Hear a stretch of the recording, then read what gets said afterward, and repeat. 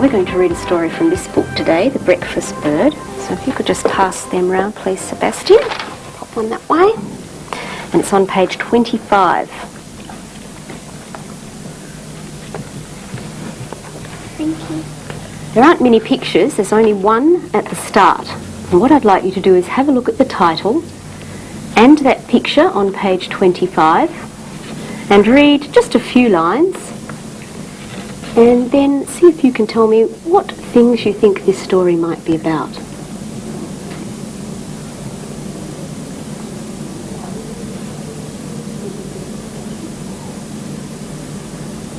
Okay, got some ideas? There's no right answer, it's just what you think might happen in here, this story. What do you think, Daniel? It might have been like a boy in a classroom going to do something or something like that. Could possibly be. What made you think that? Because it's like he was holding a school bag and the teacher said like that. Okay, it could be. You could be right. What do you think, Peter?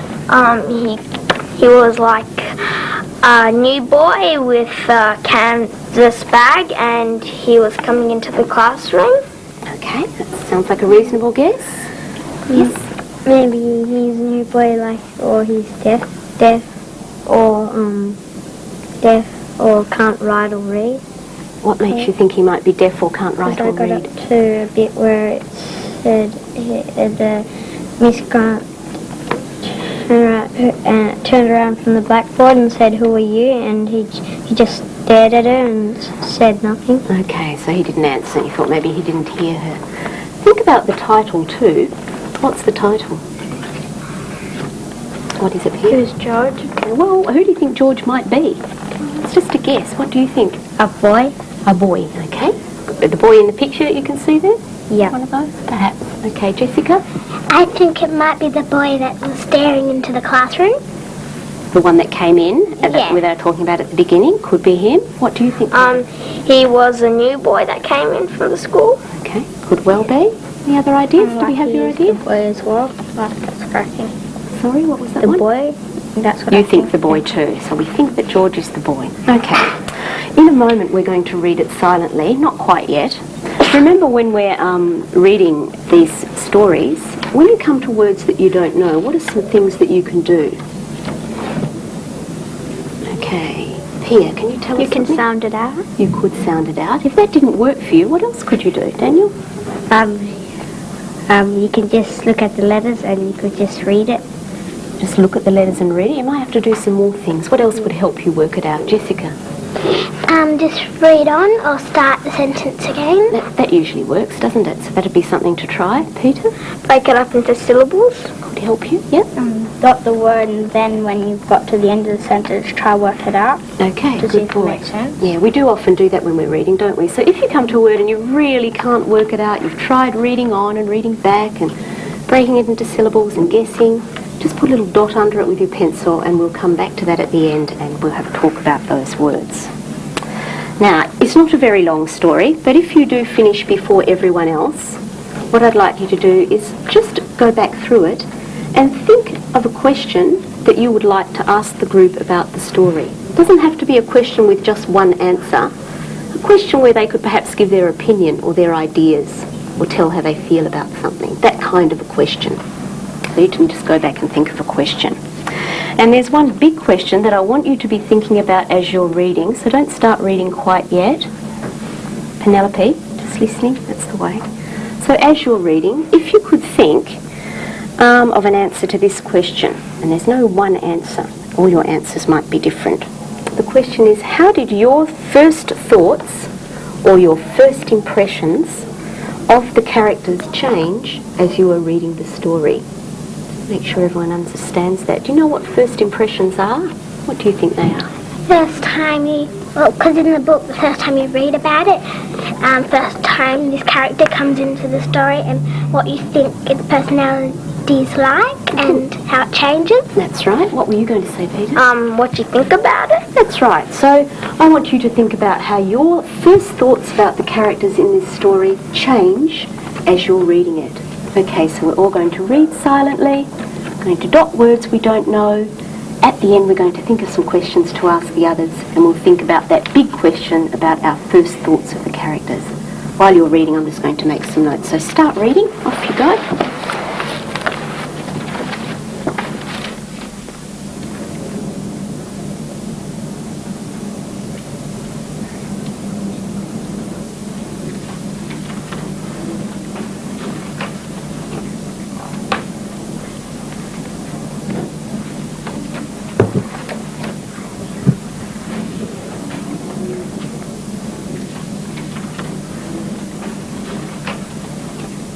Okay, so remember, when you finish, you're just going back and thinking of a question to ask.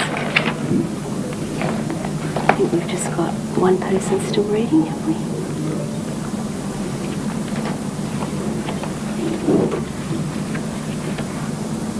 Right, have you all read it now? Okay, before we have your questions, let's think back to that big question I asked you in the beginning. What thoughts or first impressions you had of the characters changed while you were reading the story? So perhaps think of different characters. Which character, Peter?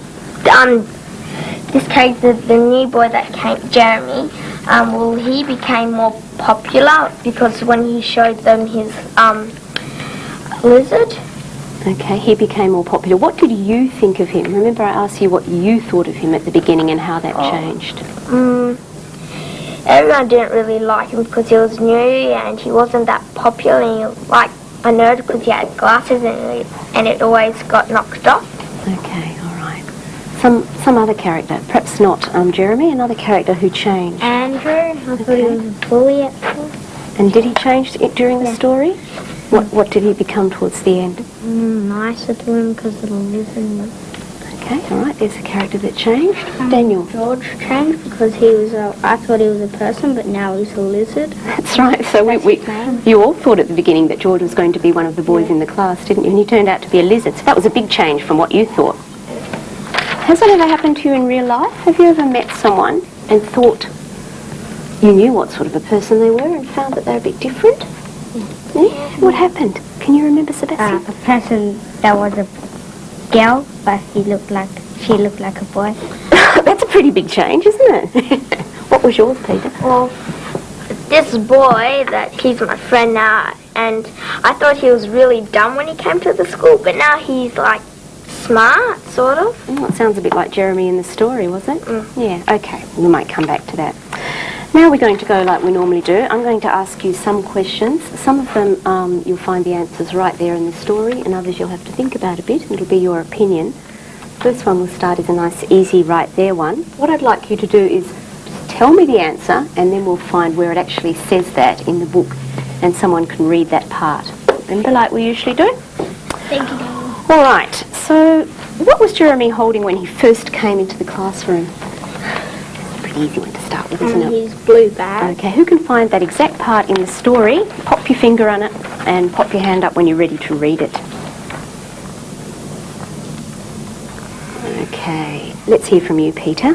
Well, it says at the start, a small boy with glasses stood there holding a blue canvas school bag. Okay, you got that spot? Tells us right there, doesn't it? All right, how do you think that Jeremy felt at the start of his first day at his new school? How do you think he would have felt? Pia? Shy. Shy? Could have, yeah. Penelope? Kind of scared. Okay. Scared? Daniel? Mainly because he didn't have any friends at the start of the year. They're all good ideas. What I'd like you to do is find parts in the story that back up those ideas. So if you said shy, see if you can find something in the story that made you think that. When you've got something, pop your hand up. All right, Pia, you've got something? Who are you? He just stared at her and said nothing. And what part there made you think he'd be shy? Because he didn't answer. Okay, and often if you're shy, you're just very quiet, aren't you? You don't say anything. Jessica? Page 26. Page 26, okay. It goes at the bottom, at the real bottom, the last paragraph. Okay. At lunchtime, Jeremy sat alone in the playground with his blue carbon bag beside him. Andrew grabbed the handle. Jeremy jumped up because he was sitting by himself. And so how would he have been feeling then? He felt like like he felt lonely and he wished he had some friends to play with and he wished he just got along. Good, well done. When you were reading, did anyone have any words that they came across that they couldn't quite work out? Pia, what word was it? What page is it on? 25. 25. And do you know the word? What word was it? Canvas. Canvas. So you know how to read it. What's the problem? You don't know what it means? Okay. Who can help her work out what it means?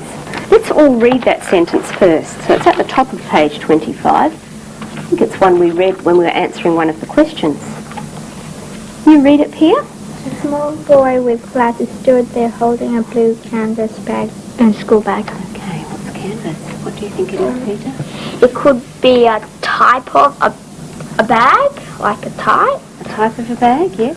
A type of blue, Type of blue. because it says it's a blue canvas. It does say it's a blue Or a canvas type bag. of material. Good girl. You're absolutely right. It is a type of material. They were all good guesses, but canvas is a type of material, very strong sort of material that you would make a school bag from. Daniel, did you have a word you didn't know there? Yeah, muggins, What page is that on? page 27. Okay. See if you could read the sentence for me where it's got that word Out in. of the way, muggins, they shouted. Yes. What's muggins mean in that sentence? It's an unusual word, isn't it? You'd like to have a guess at what they think it means. Out of the way, muggins, they shouted. What do you think, Jessica? I think it might be a name of somebody. Could be a name of somebody. Could be. Maybe a teasing word. Yeah, I think you're right. I think it's a sort of teasing word. So it's out of the way, muggins. I think you're right. Yeah, that's the sort of thing they would do. Would you recommend this as a story for other people you know to read? Who would? Daniel? Because if they felt like this one day and they read this story, they could feel like other people felt in the story. Okay, that's good. That's what books do for you sometimes, don't they? Yeah. They help you know how your feelings really are. What were you going to say? Would you recommend it? Yeah, I'd recommend it because it's a good story and it's easy to understand. Okay, well done. That's a good recommendation. Now, the recommendation is pretty important because when you go back to your seats in a moment, you're going to do an activity to kind of promote this book to other children who might be reading it. So you're going to write a blurb. Remember, we've talked about blurbs before, haven't we? Often you find them on the back of books. A blurb for this story that's really going to make other people want to read it. Okay, what sort of words are we going to use that will really, really make someone want to read this story? Because the story isn't really exciting, but if you're doing an exciting story, you could say something like A exciting. word like exciting would be great. Peter? Well, there's this boy, a new boy that came to the school named Jeremy, and he has something for Chantal, but he lost it once and came back with it again. Okay, so you're going to tell a little bit about the plot, but not the whole thing. There's some good ideas. Okay, thank you very much for your reading today. You did a great job. You can go back to your desk now and get on with your activity. Thank you.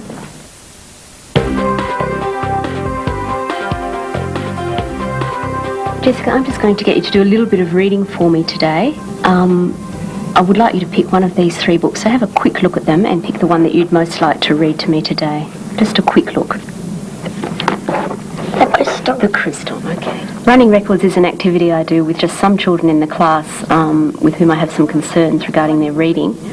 I chose Jessica. In doing the running record with her, I can actually use it to pinpoint what strategy she's using when she's reading a piece of unfamiliar text in particular. And what I do is score the running record and then go back and look at the errors that she's made to see exactly what she's doing. Had backed the station wagon out of the driveway. How far now, Dad? He asked.